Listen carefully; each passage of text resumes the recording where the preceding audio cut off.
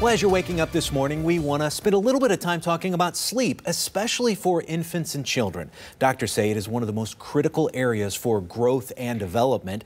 Dr. Jose Colon is here with some tips to get your child a night's sleep that they really need. And obviously, this is important for parents, especially with babies. They want to get their own sleep. But as far as a child goes, why is it such an important part of their development? Sleep is 1/3 of our lives, and in children and infants, it's actually even more.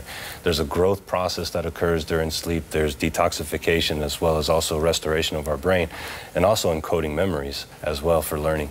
Okay, so let's start with the infants, because it's important to get them started at a young age, newborns if possible, to really get on that schedule. Tell us, how do we do that? As a parent, that's really tough. Yeah, it's tough, and there's no manual for parenting that's out there, and there's even less of a manual for sleep. But sleep habits are actually something that are learned during infancy. And one of the things that's really important is to allow that infant to associate the bed with sleeping, so that they're able to self-soothe. And I guess just from my personal experience, I know you have to keep at it too. It's not one of those things where you do it after a couple nights, and if it doesn't work, you try to switch to something else. You really have to work at it.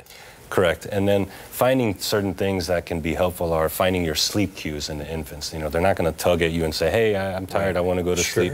But you'll see, you know, a yawn, or you'll see a certain look in their eyes, or their body will feel kind of limp. And that's when you want to try to put them into bed when they're drowsy yet not fully asleep. Now, we're going to talk about your book in just a second, but one of the things you write about is sleep crutches. What is that? There's a lot of things that we love to do to nurture our children and our infants. I mean, they're cuddly, they're wonderful, and yes, some of these things that we do can actually induce sleep. So rocking them or patting them to sleep, they may end up falling asleep into our arms, but then they didn't learn to associate going into the bed with sleep.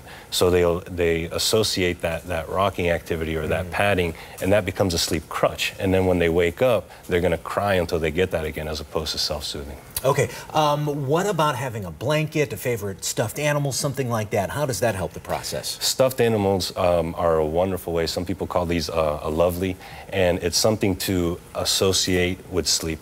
You keep it in the bed, and it's something that they use for sleep only, and they learn to associate that stuffed animal with sleep. And if a parent does come in during the evening, the parent doesn't necessarily have to be the person to soothe them to sleep, but you can actually use that stuffed animal to say, all right, let's go back to sleep, and just kind of soothe them. Yeah, absolutely. Very important, especially at my house with those stuffed animals, and that lasts a long time, years and years. Real quickly, Dr. Colon, tell us about your book.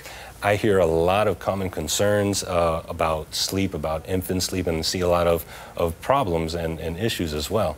And I've been able to take those over the time and just make a book for infant sleep. And there's even instructions for parents, as well as a lullaby in there, a story that lullabies your child to sleep. Okay, it's called Sometimes I Dream, a book for infant sleep. Yes, because reading to children before they understand language allows them to associate books with love and affection. Dr. Colon, thank you so much. Very important issue there. We appreciate your time. Thank you. Grateful.